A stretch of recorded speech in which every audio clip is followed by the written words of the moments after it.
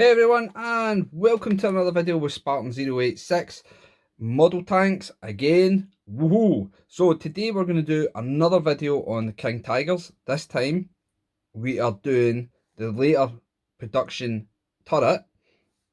As I've said before, obviously we've done the video on the entire Tiger collection. This time I thought we would do videos on the individual tanks, talk about the paint jobs, camo scheme, and the overall vehicle itself, model, about how Unimax put it together and how it's received. So what we've got today is the King Tiger Germany 44, and this is pretty much my favourite version of the King Tiger that they brought out. This is to do with the paint scheme, and the reason for that is, in my own personal opinion, I refer to this camo pattern as tiger pattern. It is very much from a distance, it does give you the visualization of a tiger. And I just felt that this was very poignant for this tank, since it is a tiger tank. Obviously, it's got many names. We've got the Conix Tiger, King Tiger, pretty much the same name, Tiger 2, Royal Tiger, Bengal Tiger. We could keep going, but we're not. So this particular model, 333, I felt was brilliant. The paint pattern on it was phenomenal, and the fact that it came with 4 figures made it even better. So you had a commander, and I think it was supposed to be 3 infantry. Or was it a commander, gunner, and then the 2 infantry? I cannot remember. Apologies about that, guys. But the way I've got it now is I've got it a commander, a gunner, and then I've got 2 infantry riding along on the first vehicle, obviously on the right there. Obviously the vehicle on the left doesn't have that. Now the figures on the right aren't the actual original figures to what Unimax sold. The guy on top actually had it was an MG42 he had strapped across his lap, no a rifle. And the boy at the bottom, who's sitting just above the radio operator machine gunner's position, he, I'm sure, was actually that guy who's sitting above the gun mantle. The guy who's sitting, or sorry, the fella that's standing on at the gunner's position, that's actually from a Luftwaffe model that Unimax sprung out. He was supposed to be a Luftwaffe officer. So it just shows you that somebody, when they passed this on to me, I got this second hand, they just grabbed what they thought was the right stuff and thrown it in. So obviously just try to let everybody know that this is not correct, and probably the guys that are big collectors who watch the videos probably see that right away. Overall, I felt that this was a great model. It had a good paint scheme to it, excuse me, and it was well weathered, and it looked very genuine for the time. Excuse me, everybody.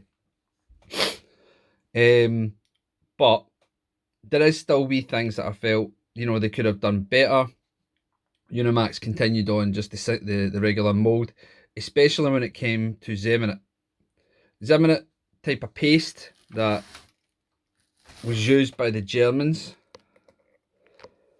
was obviously big for their idea that obviously magnetic mines, they were the only country that pretty much predominantly used magnetic mines. The Russians and the Allies, or the allies at the time, they had them, but I don't. From what I've read, they weren't really used as much as the Germans did.